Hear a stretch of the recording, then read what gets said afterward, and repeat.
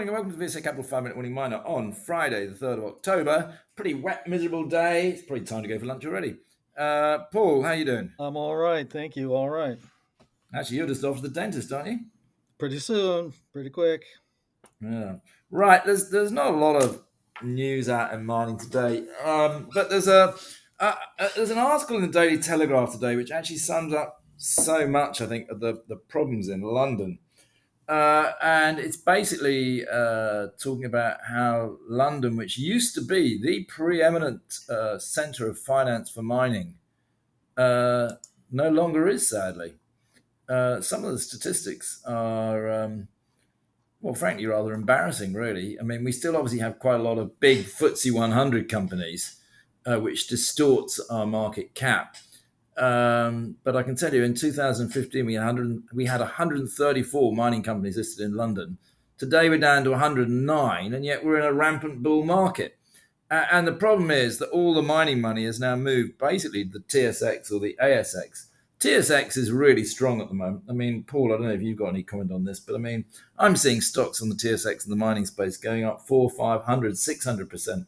The ASX has clearly been pretty strong too. London has just got completely left out. What's your thought on that, Paul? Yes, and I think it's part of the. There's several reasons behind it.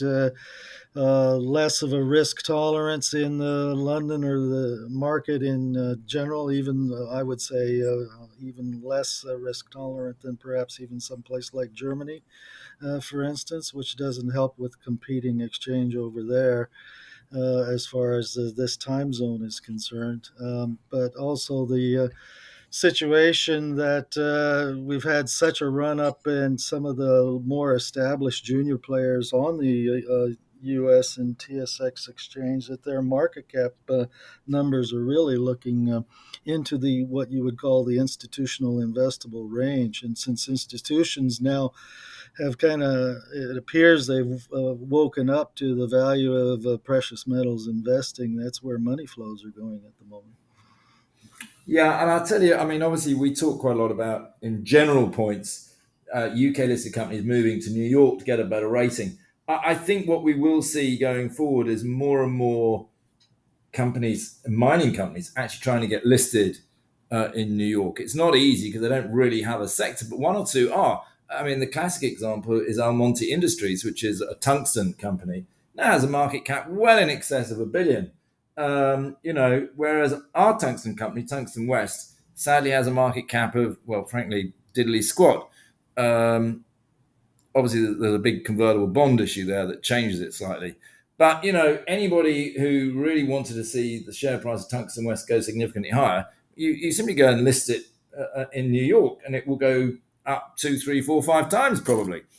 And I think we're going to see more and more of these because America really is waking up to the whole critical metals, the ownership of critical metals, and that it is, something that the West has got to wake up to. So watch for that as well. And unfortunately, that again sadly leaves London behind. I mean, I did notice that the AIM Awards on Wednesday, I wasn't invited to them, but I looked at who had won what. I noticed, the big win actually was for Central Asia Metals, and I thought, oh wow, they've won something. And I noticed that they've actually won Diversity Champion Award. They haven't won Share Price Performance Award, have they? Frankly, that sums up London. We can have diversity and all that sort of stuff. What we really want, though, is profits and share price performance. Anyway, Paul, anything else? Yes, I thought mentioned too. You mentioned this run by the North America and the U.S. in particular for critical minerals, and there was a story out yesterday that the U.S. government has offered to buy equity in Australian critical minerals companies as part of this program in order to offset the dominance of the Chinese in this space, particularly in the midstream refining and processing space. So if the USA starts investing looking west as opposed to looking east toward London, that doesn't, as a preference, that doesn't help our markets here. It is also a fact that the Australian delegation, which visited New York last month, is going to be in London at the Australian High Commission for the same reason, to help encourage investors over here to invest in the Australian company space. And China is also aware of things too, because they also announced here yesterday that they are considering setting up a rare earths refinery in Malaysia. Now, rare earths refining is definitely something that processing technology is not something that China looks at lightly as far as exporting into another country. So, if they're looking at Malaysia specifically, you have to wonder whether or not there's some kind of an angle to offset the predominance of Linus to supply rare earths to the west out of Malaysia as well. So, we'll see what happens. Yeah, well, on a final note, you mentioned Frankfurt. Actually, just about everybody in the mining industry, certainly the gold and silver mining industry, is off to Berlin today for a big conference there, and of course, grab the end of the Oktoberfest. So a lot of them will be down there presenting. So you could see retail bars popping up. As you know, we've been talking about a lot of the Mexican gold and silver miners after my visit. We've done 4 videos now, each one.